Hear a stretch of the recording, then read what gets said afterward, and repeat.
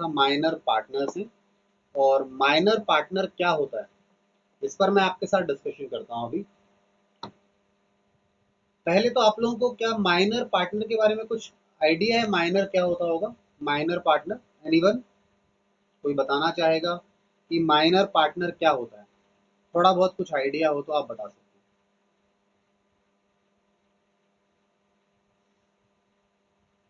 या चलिए मैं स्टार्ट करता हूँ, अगर आप में से कोई कुछ नहीं कह रहा है तो मैं स्टार्ट कर लेता हूँ। हम बात कर रहे हैं माइनर पार्टनर की, तो सबसे पहले तो माइनर समझिए आप, क्या बोलते हैं, एज की बात है ये। ठीक है, ये रिलेट करता है एज से। तो जो हमारा पार्टनरशिप एक्ट है वो हमें परमिट नहीं करता। ठीक है, क्या परमिट नहीं करता? कि एक माइनर बन जाए पार्टनर। ठीक है ना, माइनर पार्टनर नहीं बन सकता इन किसी फर्म में इन जनरल। इसमें एक एक्सेप्शन है। एक्सेप्शन क्या है जी? कि माइनर पार्टनर नहीं बनेगा बट वो प्रॉफिट्स में हिस्सा ले सकता है। मतलब यानी वो पार्टनर बनेगा भी तो कैसा पार्टनर बनेगा? ऐसा पार्टनर बनेगा जो केवल प्रॉफिट्स में हिस्सा लेगा। ठीक है, वो पार्टनर जो कि प्रॉफिट में हिस्सा लेगा, उस वैसा पार्टनर बन सकता है, नॉर्मल पार्टनर नहीं। नॉर्मल पार्टनर क्या होता है? ऐसा पार्टनर जो प्रॉफिट में भी हिस्सा लेता है और नुकसान हो जाए तो वहां भी उसका हिस्सा रहता है। ठीक है, चलिए, तो देखिए, यही पार्टनरशिप में हमें कहा गया है। कहता है एज पर पार्टनरशिप एक्ट, जो हमारा पार्टनरशिप एक्ट है वो परमिट नहीं करता, डू नॉट परमिट, क्या नहीं परमिट करता? कि एक माइनर बन जाए, क्या बन जाए? पार्टनर बन जाए। किसमें? पार्टनरशिप फर्म में। ठीक है, सो माइनर को आप पार्टनर तो नहीं बना सकते, आप उसे एडमिट कर सकते हो only to the benefits of existing partnership. यानी अगर कल को बात आती है पार्टनरशिप फर्म बनाई जाए तो वहां तो नहीं आ सकता ये, वहां तो कोई चांसेस नहीं है इसके आने के। बट कल को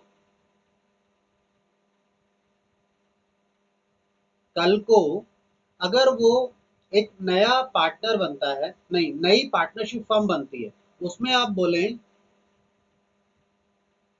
अच्छा, बाकी कोई बच्चा नहीं बता रहा इस चीज के लिए। जानवी नहीं बताया कि माइक ना अनम्यूट है, म्यूट है, सॉरी, अनम्यूट कह रहा हूँ। ठीक है, बाकी बच्चे कहाँ हैं? सो तो नहीं गए सब? उसको वैसे ही दूसरी क्लास के लिए जाना है। ठीक है, और तुम लोग कोई सहायता नहीं करते हो, ऐसे कैसे चलेगा? प्लीज अंडरस्टैंड, मैं कुछ बोल रहा हूँ तो शायद आप रिएक्ट कर सकते हैं कि आवाज नहीं आ रही है, ऐसा कुछ बता सकते हैं। चलिए, तो मैं क्या कह रहा था आप लोगों को, पहले मैं दोबारा से बात करता हूँ, मैंने जो कहा दोबारा से रिपीट कर देता हूँ। मैंने ये कहा कि हमारा जो इंडियन पार्टनरशिप एक्ट है वो अलाउ नहीं करता, क्या? कि एक माइनर बन जाए, क्या बन जाए? पार्टनर बन जाए। इसके लिए वो अलाउ नहीं करता। ठीक है, बट पार्टनरशिप में ये कहा गया है, पार्टनरशिप एक्ट में, कि माइनर प्रॉफिट्स में हिस्सा ले सकता है बट किसी एग्जिस्टिंग फर्म में। लेट्स सपोज, एग्जांपल लेता हूं मैं आपको। मैं कहता हूं मिस्टर एक्स, हमारे पास एक व्यक्ति थे मिस्टर एक्स, वो एक पार्टनरशिप में पार्टनर थे, वो एक फर्म के अंदर क्या थे? पार्टनर थे। अब फर्म में पार्टनर थे वो, अब इनकी हो जाती है डेथ। इनकी क्या हो गई बेटा? डेथ हो गई।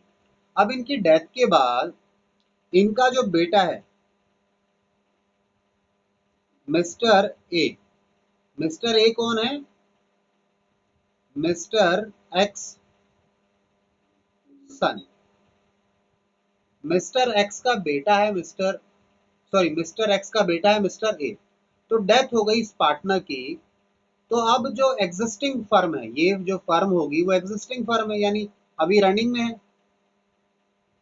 ठीक है, तो अब चाहें रिमेनिंग पार्टनर, जो भी पार्टनर होंगे, वो अगर चाहें कि भाई अब मिस्टर ए को हम पार्टनर बना लें फर्म में, तो और ये है माइनर, मिस्टर ए कौन है? माइनर है।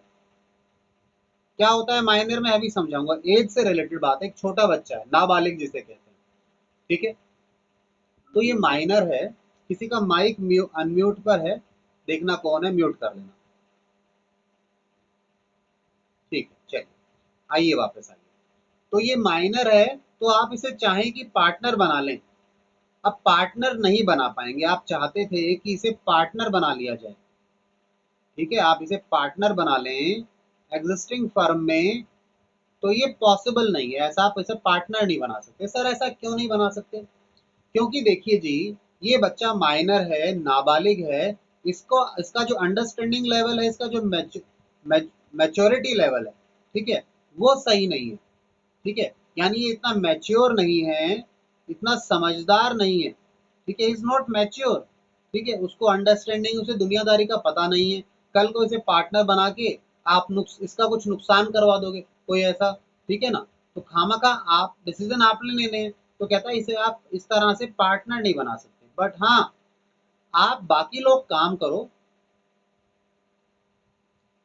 हाँ, उसकी वाइफ बन सकती थी पार्टनर, बट लेट्स सपोज, ठीक है, बच्चे ने कहा उसकी वाइफ को बना सकते थे पार्टनर, ठीक है, बट लेट्स सपोज हम मिस्टर ए की बात कर रहे हैं, मान लो वाइफ भी नहीं है, अकेला ये बच्चा बचा है, इन केस उस सिचुएशन की बात करते हैं। तो अगर वाइफ नहीं है, ये बच्चा अकेला बचा हुआ है, तो आप क्या करेंगे? आप कहते हैं जी सुनिए एक बात, आप इसे पार्टनर तो नहीं बना सकते, बट फिर सर क्या करें? आप एक काम कर सकते हैं, इसको इस फर्म में फायदों में हिस्सा दे दो, जो बेनिफिट्स मिलेंगे ना, बेनिफिट्स कह लो, प्रॉफिट्स कह लो, उसमें हिस्सा दे सकते हैं। क्यों? क्योंकि भाई ये भी तो आपका जो पार्टनर है उसी का बेटा है, उसका पैसा लगा हुआ है। अब ये तो इतना समझदार है नहीं। जैसे कई बार आपने देखा होगा, आप मानो किसी कोई बच्चा है, उसके पेरेंट्स की डेथ हो जाती है, तो उसमें कोई परिवार का कोई व्यक्ति, उन्हीं के परिवार में चाचा ताऊ जो भी हो, वो उसको उसका लालन पालन, यानी उसका जो उसका ध्यान रखते हैं एक एज तक, और बाद में 18 साल का होने के बाद वो प्रॉपर्टी उसके नाम आती है। मूवीज में देखा होगा ऐसा आपने। तो कुछ ऐसा ही है। तो यहाँ पर भी इस व्यक्ति को, इस बच्चे को इतना नॉलेज तो है नहीं, इतनी समझ है नहीं, इसे पार्टनर बना दिया जाए। पार्टनर नहीं बनाया जाएगा इसको। इसे क्या बना दिया हमने? कहा बेनिफिट्स में हिस्सा दे दो, कोई दिक्कत नहीं है लोगों को इससे, पर पार्टनर नहीं बना सकते आप, ठीक है। प्रॉफिट्स में हिस्सा दे रहे हो इससे।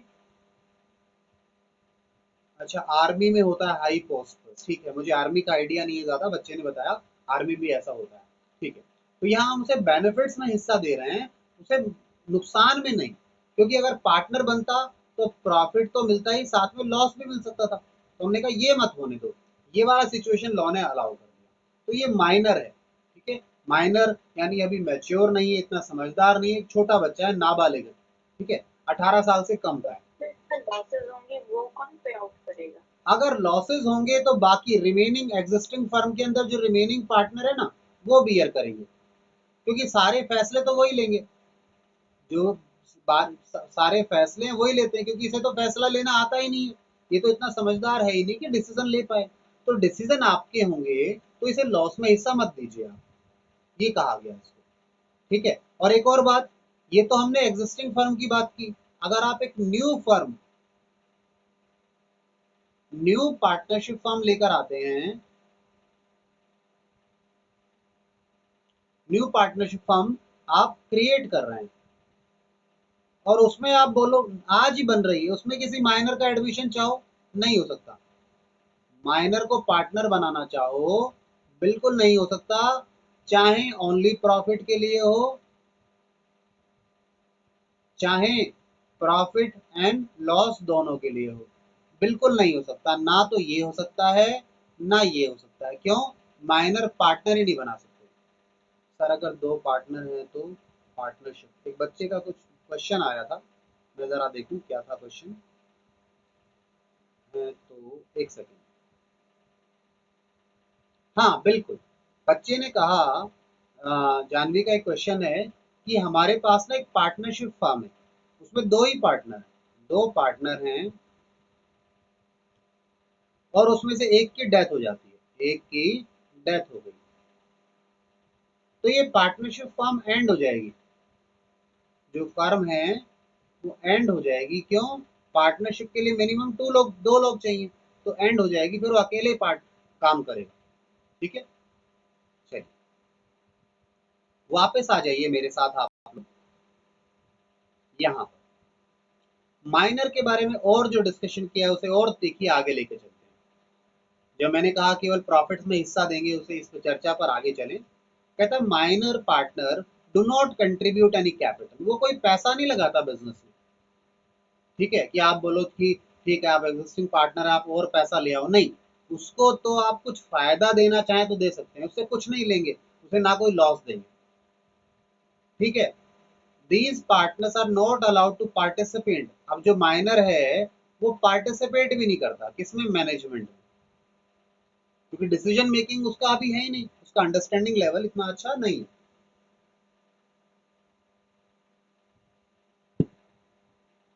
Minor partner is liable to outsiders, वो लायबल टू आउटसाइडर्स है, सुनिए ध्यान से। Minor partner is liable to outsiders, outsider यानी बाहर वालों के लिए लायबल है। सर ये तो फिर गलत हो गया, सुनिए जी ध्यान से।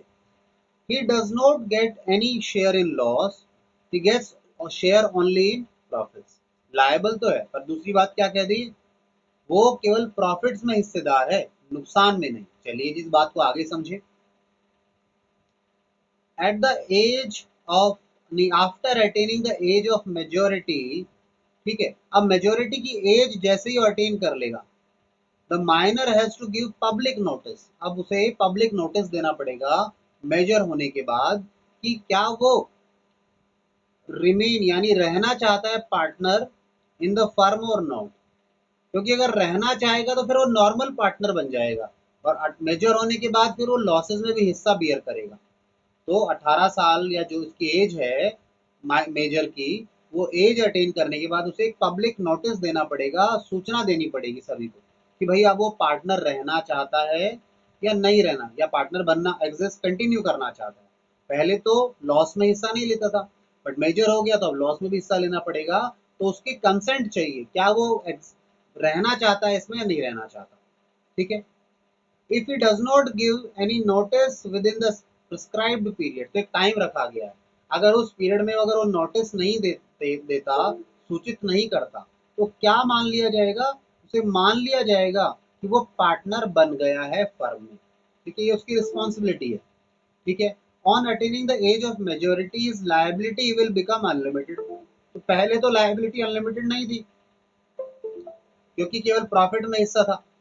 आज मेजोरिटी एज करने के बाद उसने नोटिस दे दिया कि पार्टनर बनना चाहता हूँ, या फिर जो प्रेस्क्राइब्ड पीरियड रखा गया उसमें उसने नहीं कुछ बोला, तो मान लिया जाएगा कि वो पार्टनर बन गया, तो उसकी लायबिलिटी क्या है, अनलिमिटेड हो जाएगी।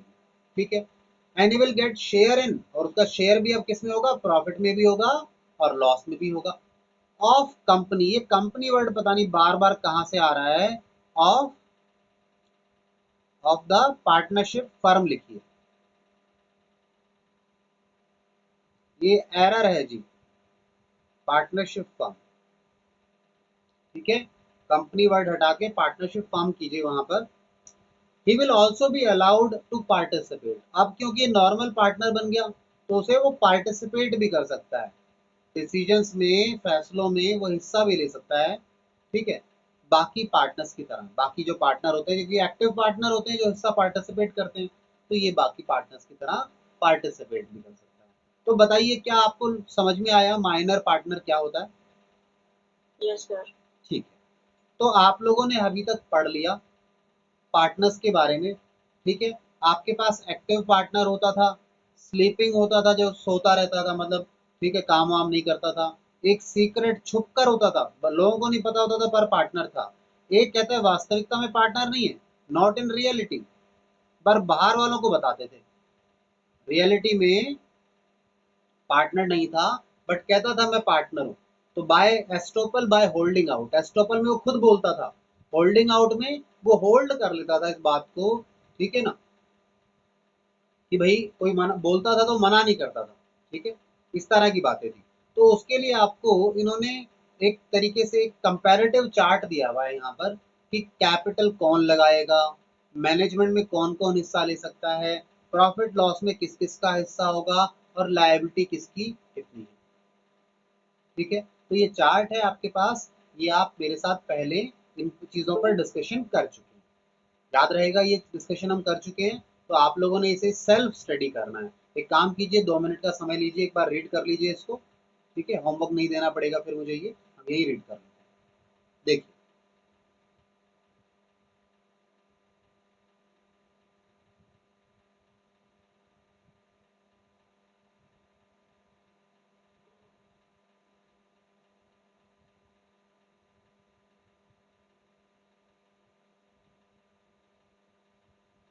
नॉर्मल बात थी, पर फिर भी एक बार देख लीजिए, डिस्कशन हम सब पॉइंट्स पर कर चुके हैं, पहले सेपरेटली किया था, यहाँ एक साथ दे रखा है उन्होंने कंपैरेटिव।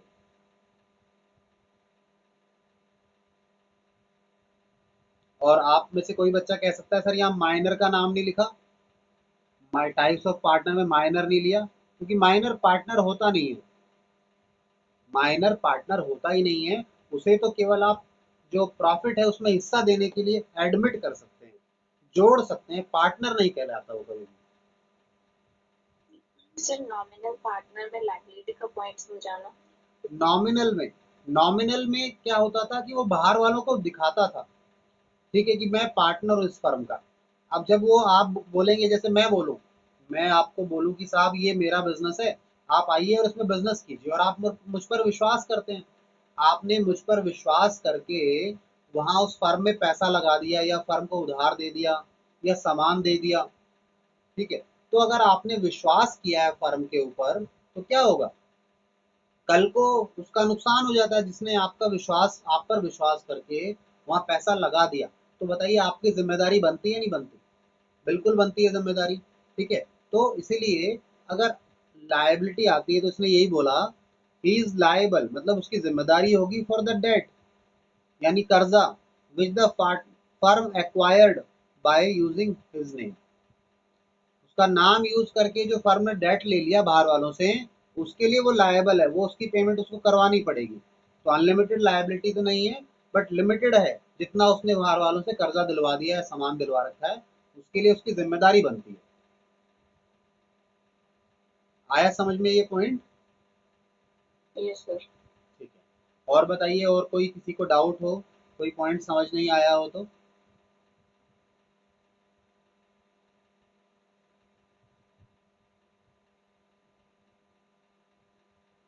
और मैं रिकॉर्डिंग भेज दूंगा इस पॉइंट चैप्टर की भी, मतलब इस क्लास की भी, तो टेंशन नहीं लेना कुछ बच्चे। पर कुछ बच्चे आ नहीं रहे, उनको देखो नुकसान तो होता है, क्योंकि लाइव क्लास में आप कोई डाउट है तो पूछ सकते हैं, रिकॉर्डिंग में वो फीलिंग नहीं आती। ठीक है, मैंने रिकॉर्ड करके भेज दिया, बट लाइव के अपने खुद के एडवांटेजेस हैं, ठीक है। कुछ डिसएडवांटेज भी है कि इंटरनेट कनेक्टिविटी का इशू आ जाता है कभी कभी, बट कोई दिक्कत नहीं, वो पूरे समय नहीं होता, कभी बीच में आ सकता है, ठीक है। आइए, अब आगे चलेंगे हम लोग। अब बात आती है फॉर्मेशन की, कि पार्टनरशिप फर्म बनती कैसे है। अच्छा, बच्चे ने पूछा एक ने अभी कि सर ये जो नॉमिनल है,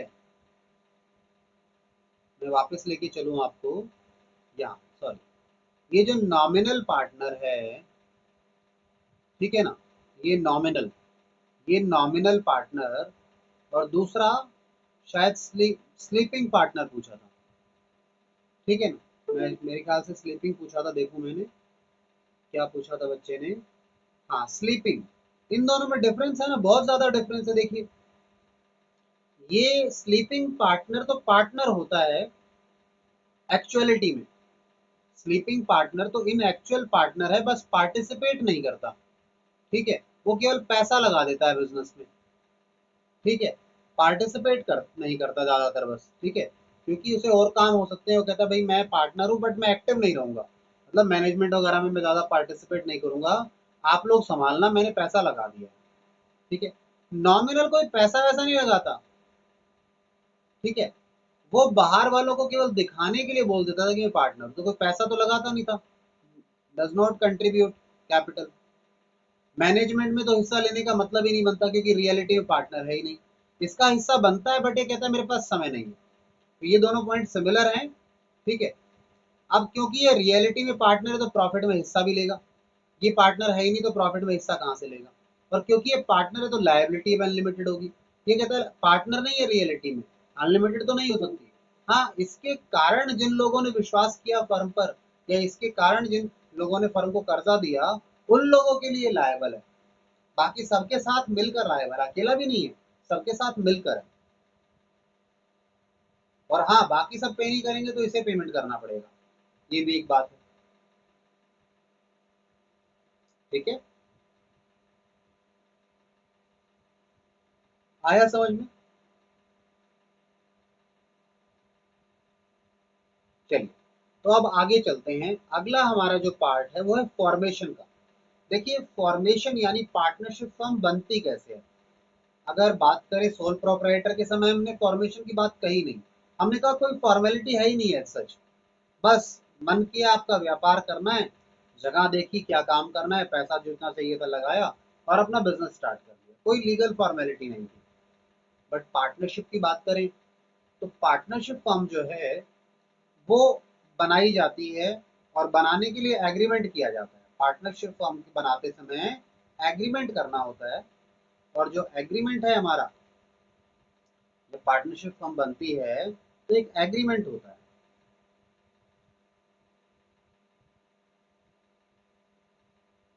एग्रीमेंट होता है, एग्रीमेंट का मतलब क्या है, people who are interested in becoming partner, वो लोग क्या करते हैं, कुछ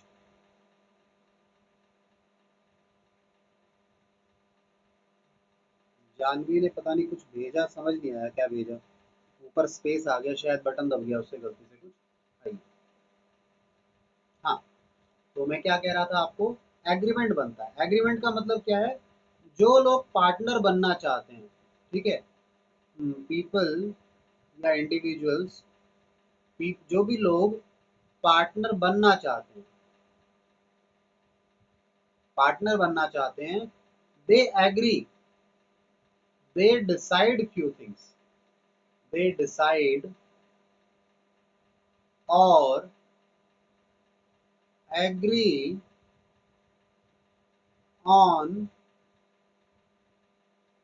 फ्यू थिंग्स या फ्यू पॉइंट्स, वो कुछ चीजों पर एग्री होते हैं, ठीक है, एग्री होते हैं वो कुछ चीजों पर, और उसी, अब ये जो एग्रीमेंट एग्री हुए किसी चीज पर, अब इन बातों को उन्होंने जो तय किया, बातें की, या जिन चीजों पर उनका समझौता हुआ, एग्रीमेंट हुआ, वो एग्रीमेंट, वो जो डॉक्यूमेंट है, वो क्या है, पार्टनरशिप डीड कहलाता है। अब जो ये एग्रीमेंट है, ये रिटर्न भी हो सकता है,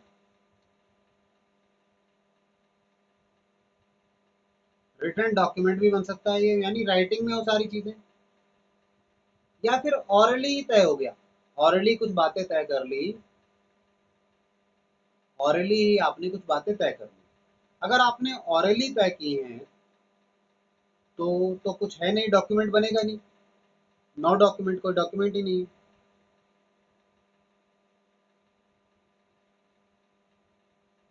no document.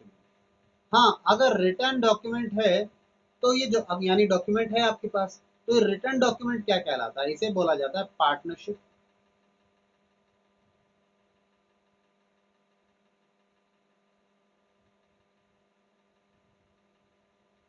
Deed, partnership deed बोला जाता है इसको, रिटर्न डॉक्यूमेंट को। तो पार्टनरशिप डीड कब होगी, अगर राइटिंग में है तो, ऑरल में है तो कोई डॉक्यूमेंट बना ही नहीं। अब क्वेश्चन अराइज होता है कि कौन सा वाला ऑप्शन चूज करें, क्या ऑप्शन वन चूज कर लें या ऑप्शन टू चूज कर लें, दोनों के अपने कुछ फायदे नुकसान है, ठीक है। पार्टनरशिप डीड बनाते हैं तो थोड़ा मेहनत करनी पड़ेगी, काम करना पड़ेगा, डॉक्यूमेंट बनाना पड़ेगा, रजिस्ट्रेशन होगा उसका, ठीक है। पार्टनरशिप डीड बनाई है तो रजिस्टर्ड फर्म कहलाएगी, उसका रजिस्ट्रेशन होगा।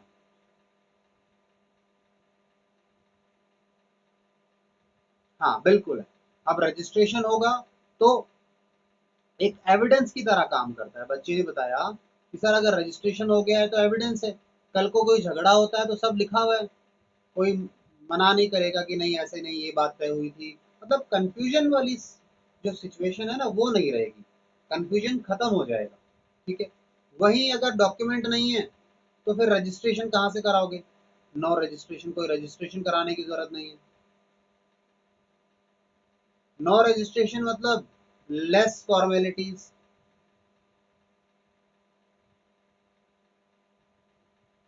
लेस फॉर्मेलिटीज, नो एविडेंस, बच्चे ने बताया, किसी ने, जानवी ने बताया वैसे, ठीक है ना। तो ये सारी चीजें निकल कर आती हैं, ठीक है। आइए इसी चीजों को अब एक बार बुक से देख लेते हैं क्या क्या लिखा है, मैंने आपको थोड़ी बहुत बात बताई। हाँ एक चीज और, जैसे मैं बोलूँ, कल को कोई समस्या होती है, कोर्ट में केस किया जा सकता है, कब होगा, कोर्ट में केस करने के लिए आप एविडेंस लेंगे आएंगे, एविडेंस तो यहाँ पर आएगा, आपके पास रजिस्टर्ड में बेनिफिट मिलेगा, यहाँ क्या केस करेंगे किसी के खिलाफ? आपके पास है ही नहीं कोई डॉक्यूमेंट, दिक्कत आ सकती है।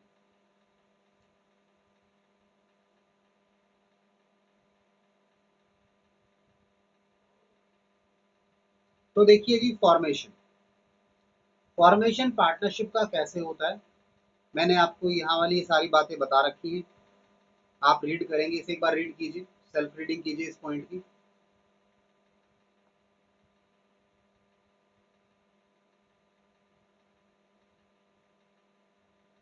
पढ़िए सारे बच्चे।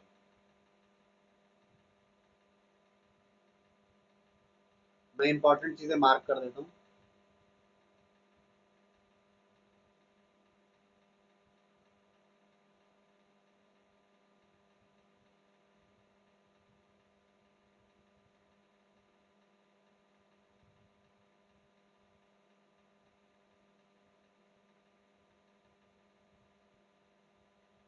सर ओरली कैसे हो सकता है ये? ऑलरेडी मतलब आप दो दोस्त हैं, आप लोगों ने तय कर लिया कि भाई पार्टनर अपन काम करेंगे दोनों मिलकर, जो भी प्रॉफिट होगा बराबर बांट लिया करेंगे, दोनों 1-1 लाख रुपए बिजनेस में पैसा लगाकर काम शुरू करते हैं। ऑलरेडी हो गया, कुछ लिखित में नहीं किया आपने। तो लिखित सर में, अगर तो लिखने पर ही इन दोनों में से किसी ने मना कर दिया कि ऐसा कुछ हमने एग्रीमेंट ही नहीं किया था तो? हाँ इसीलिए तो वहां दिक्कतें आती है, वो झगड़ा होता है, तो इसीलिए बोला गया है, रिकमेंड किया गया है, यानी आपके पास ऑप्शन है, कंपलसरी नहीं होता। ठीक है, आपकी इच्छा है, क्योंकि आप लोग तय हैं।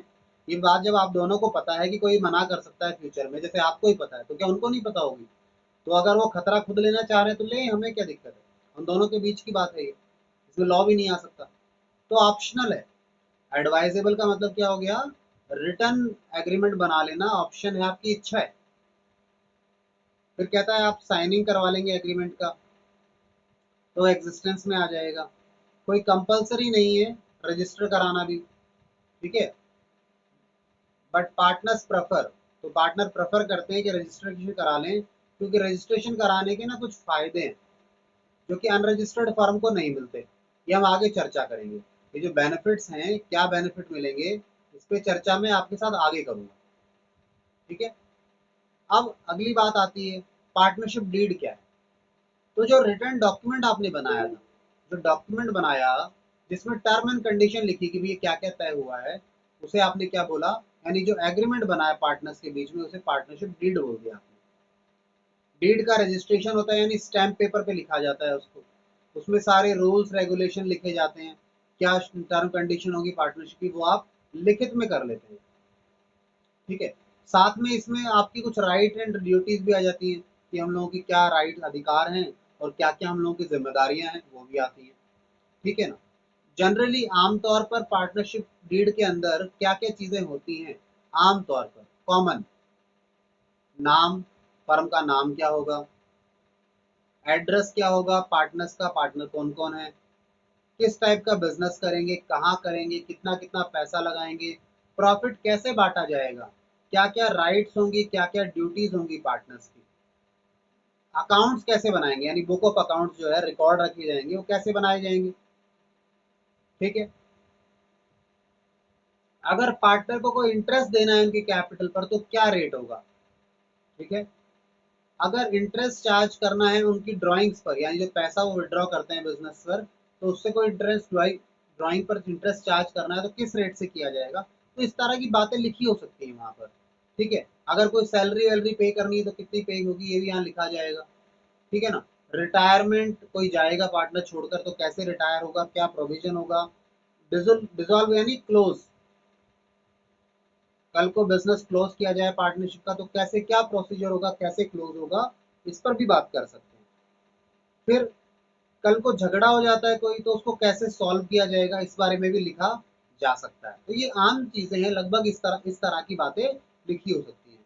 हो सकता है आपके में कुछ चेंजेस हो, वो कोई बड़ी बात नहीं, आपके बीच में जो तय हुआ है वो यहाँ लिख दिया, इन चीजों पर लिखा होता है।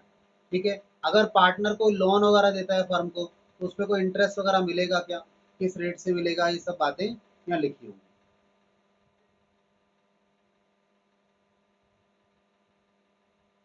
तो पार्टनरशिप डीड मैंने आपके साथ अभी कवर अप किया। मेरा जो अगला क्वेश्चन आता है, मैंने आपको अभी पीछे बताया था कि रजिस्ट्रेशन करा लेते हैं अगर फर्म का। ठीक है, हमने यहाँ बात की थी ना आपके साथ, याद कीजिए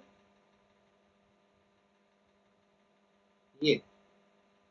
पहली बात तो हमने ये की थी, अगर डीड है तो ही रजिस्ट्रेशन कराएंगे, और रजिस्ट्रेशन कराना या नहीं कराना आप पर है। या मैं ऐसा बोल दूं, मैं ऐसा लिखता हूं इसको, अगर डीड है आपके पास तो आपके पास ऑप्शन है, रजिस्टर कराएं इसको या अनरजिस्टर्ड रखें। इनके पास तो ऑप्शन ही नहीं है, ये तो रजिस्टर करा ही नहीं सकते। जिनके पास डीड बना रखी है, जिन्होंने रिटर्न डॉक्यूमेंट है, उस रिटर्न को भी रजिस्टर कराएं या अनरजिस्टर्ड रखें, ये आपके पास ऑप्शन है। तो अगर रजिस्टर कराते हैं तो कुछ बेनिफिट्स मिलते हैं, नहीं कराते तो उसके कुछ नुकसान है, कुछ डीमेरिट्स हैं। तो उन पर चर्चा करते हैं आपके साथ अभी, ठीक है। रजिस्ट्रेशन के क्या फायदे हैं, नुकसान हैं, इस पर बात करते हैं। चल सकते हैं ना यहाँ पर अब हम? कुछ पूछना हो यहाँ तक किसी बच्चे को तो पूछ सकता है,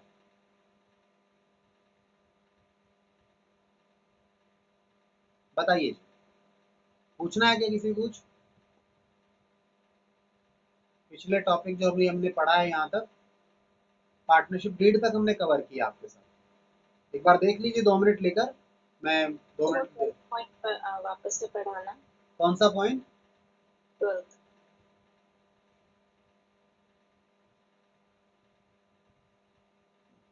कहते हैं क्या प्रोविजन हो गया, यानी क्या नियम होगा कि रिटायरमेंट जब होगा तो उसके रिगार्डिंग कोई नियम कानून होगा कि रिटायर कब हो सकते हैं, किस किस कंडीशन में रिटायर होंगे, रिटायरमेंट के समय क्या करना होगा, पैसे का हिसाब कैसे होगा जो जा रहा है उसका, ये सब कंडीशंस लिखी हो सकती हैं। या फिर जब बिजनेस क्लोज होगा, रेजोल्यूशन का मतलब क्या हो गया, बिजनेस जब क्लोज करेंगे हम, तो उस समय किस तरीके से क्या क्या चीजें ध्यान देनी है, इन सब पर बातें होंगी। तो ये दोनों चीजें आ गई।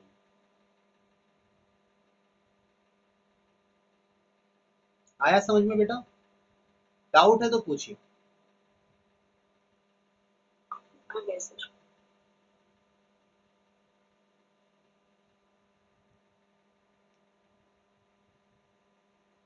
चलिए अब चलते हैं हम लोग आगे, और आगे चलते समय हम रजिस्ट्रेशन पर आ गए थे। मैंने कहा था रजिस्ट्रेशन स्टार्ट करेंगे हम लोग, और रजिस्ट्रेशन में क्या है, पहले तो रजिस्ट्रेशन का मीनिंग समझ लें, और कब, मैंने कहा था कब कराना है नहीं कराना, इस पर भी बात कर लें। तो देखिए जी, जो रजिस्ट्रेशन है ना फर्म का, वो लीगली तो कानूनी रूप से कंपलसरी नहीं है, मतलब कराना ही कराना है ऐसा कुछ नहीं है, ये ऑप्शनल है।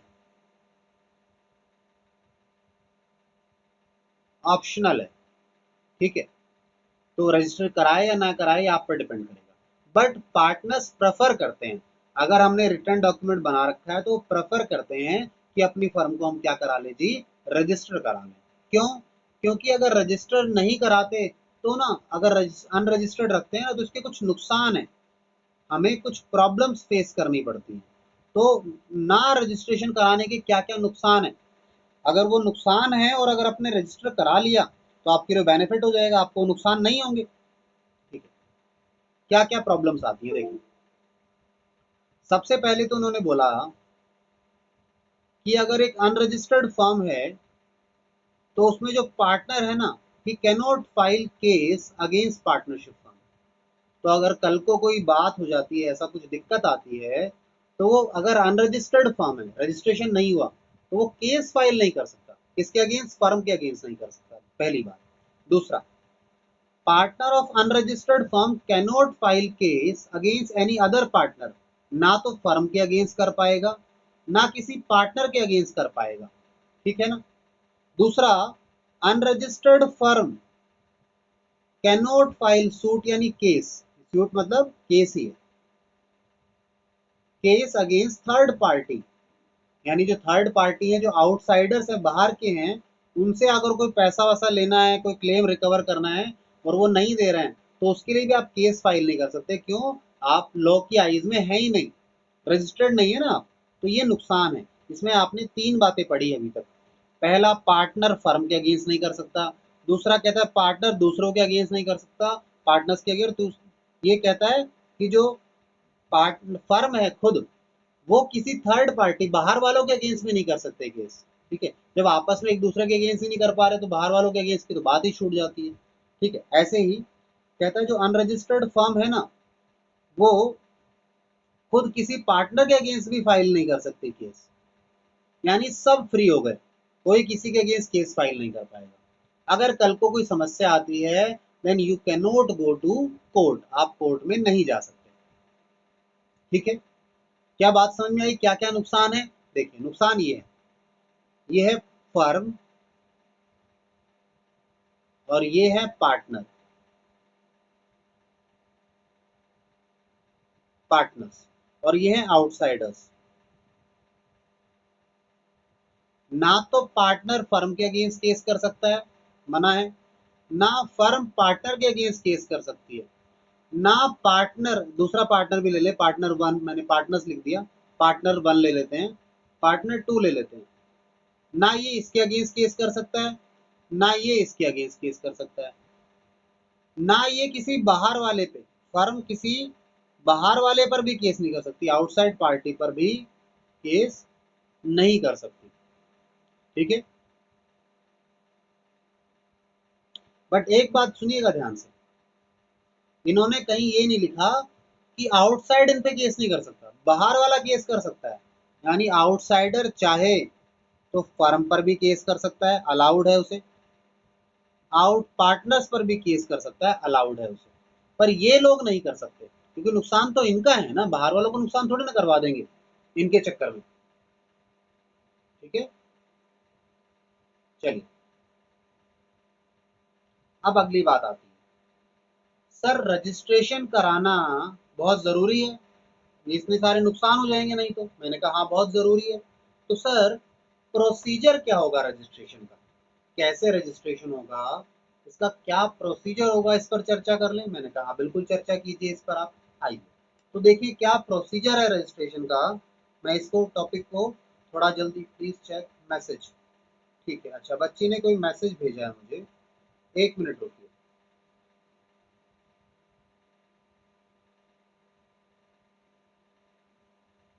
ऑरल में इंक्लूड नहीं होगा, नहीं, मैंने ये बात बताई आप लोगों को, सुनिए, मैंने एक बात बताई अभी पीछे बताई थी ये बात, मैंने ऊपर जब चार्ट दिखाया था ना आप लोगों को, यहाँ देखिए, यहाँ देखिए, मैंने कहा अगर रिटर्न डॉक्यूमेंट है तो पार्टनरशिप डीड बनेगी, अगर ऑरल है तो कोई डॉक्यूमेंट ही नहीं है, और डॉक्यूमेंट ही नहीं है तो रजिस्ट्रेशन होगा ही नहीं,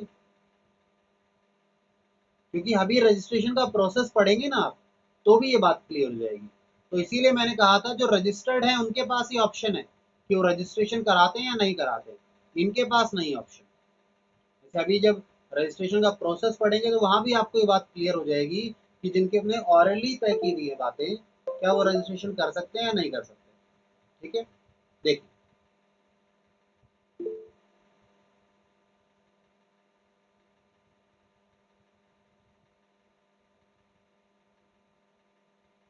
हाँ जी, प्रोसीजर पढ़ते हैं। कहता है partnership firm can be registered any time, कहता है किसी भी समय करा सकते हैं, आज भी करा सकते हैं जब बना रहे हैं फर्म को, आज नहीं करवाया कोई बात नहीं, बाद में करा लेना, भविष्य में करा लेना, फ्यूचर में भी करा सकते हो। तो रजिस्ट्रेशन आज फॉर्मेशन के समय भी हो सकता है और बाद में भी हो सकता है। ठीक है ना, वेन एवर पार्टनर डिजायर, जब उनकी इच्छा करे जब करा ले। To get firm registered, partner को क्या करना होगा, रजिस्ट्रेशन कराना है तो उन्हें अप्लाई करना होगा रजिस्ट्रार को, रजिस्ट्रार गवर्नमेंट अथॉरिटी है, वहाँ रजिस्ट्रार होगा, और एक फॉर्म, जिस फॉर्म में रजिस्ट्रेशन के लिए बोला जाएगा ना, फॉर्म फिल करके देना पड़ेगा, और रजिस्ट्रेशन की जो फीस है वो भी जमा करानी पड़ेगी।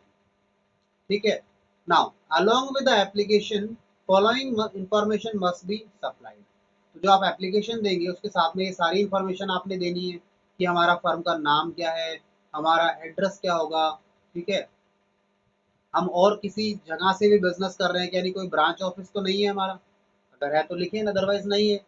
ठीक है, कोई पार्टनर आया है तो किस दिन कौन कब कौन आया है, उनका डेट ऑफ एडमिशन, यानी कब कब कौन कौन पार्टनर आया है, ये भी बताया जाए। ठीक है ना, पार्टनर्स के नाम, उनके परमानेंट एड्रेस बताए जाए, कहाँ रहते हैं वो।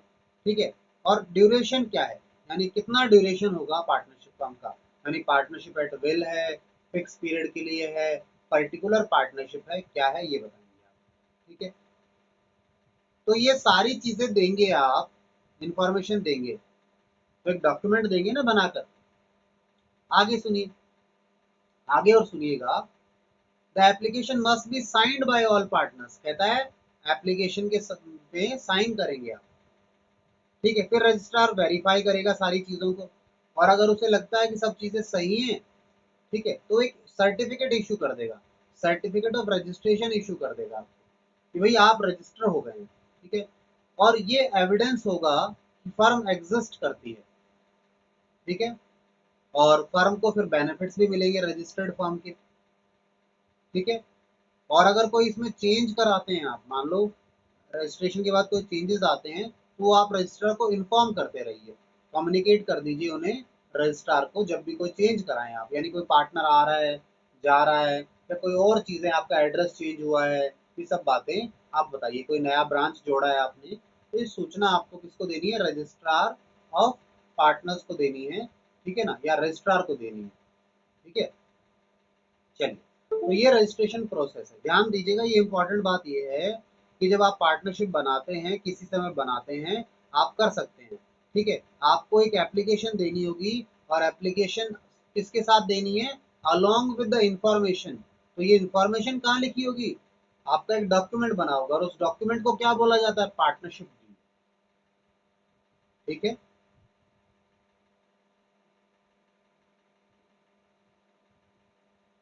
क्लियर है बात। Yes, sir.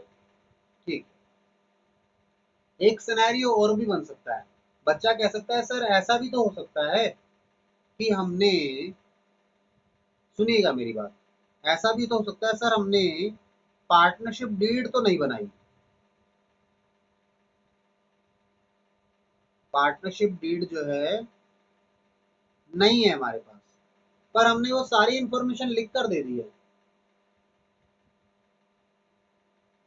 इंफॉर्मेशन लिखी जो मांगी थी उन्होंने, उसे लिखा, और फिर हमने दे दिया। तो क्वेश्चन अराइज होता है, ये क्वेश्चन अराइज हो जाता है, क्या ये जो इंफॉर्मेशन है इसे पार्टनरशिप डीड माना जाए या ना माना जाए। ठीक है ना, पार्टनरशिप डीड, क्योंकि पार्टनरशिप डीड का मतलब क्या है, पार्टनरशिप डीड एक रिटन डॉक्यूमेंट है जिसमें पार्टनर्स के बीच में होने वाली सारी टर्म्स कंडीशन लिखी होती है। ठीक है, अब मान लिया जाए इसे आप डीड मान लेते हैं, तो ये भी फिर आपके पास रिटर्न हो गया, अगर इसी को मान लिया आपने रिटन डॉक्यूमेंट को डीड, तो समस्या खत्म है। नहीं मानते तो प्रॉब्लम है। तो इस टॉपिक पर चर्चा करेंगे हम आपके साथ अगली क्लास में। दो हमारा क्लास का टॉपिक खत्म हो गया, जो क्लास का कवरेज था वो खत्म हो गया है। एक क्वेश्चन आता था बच्चे के माइंड में, क्या इस रिटर्न इंफॉर्मेशन को डीड माने या ना माने। आपने इंफॉर्मेशन राइट लिख दी एक जगह पे, उसे डीड मानेंगे या नहीं मानेंगे। क्योंकि डीड कैसे बनती थी याद करना, डीड बनती थी स्टाम्प पेपर पर। चलो एक काम करते हैं, अभी के लिए मैं टाइम छोड़ता हूँ आप लोगों को, टाइम हो गया है। ठीक है, तो कल की क्लास में मिलेंगे आपसे, तब चर्चा करेंगे।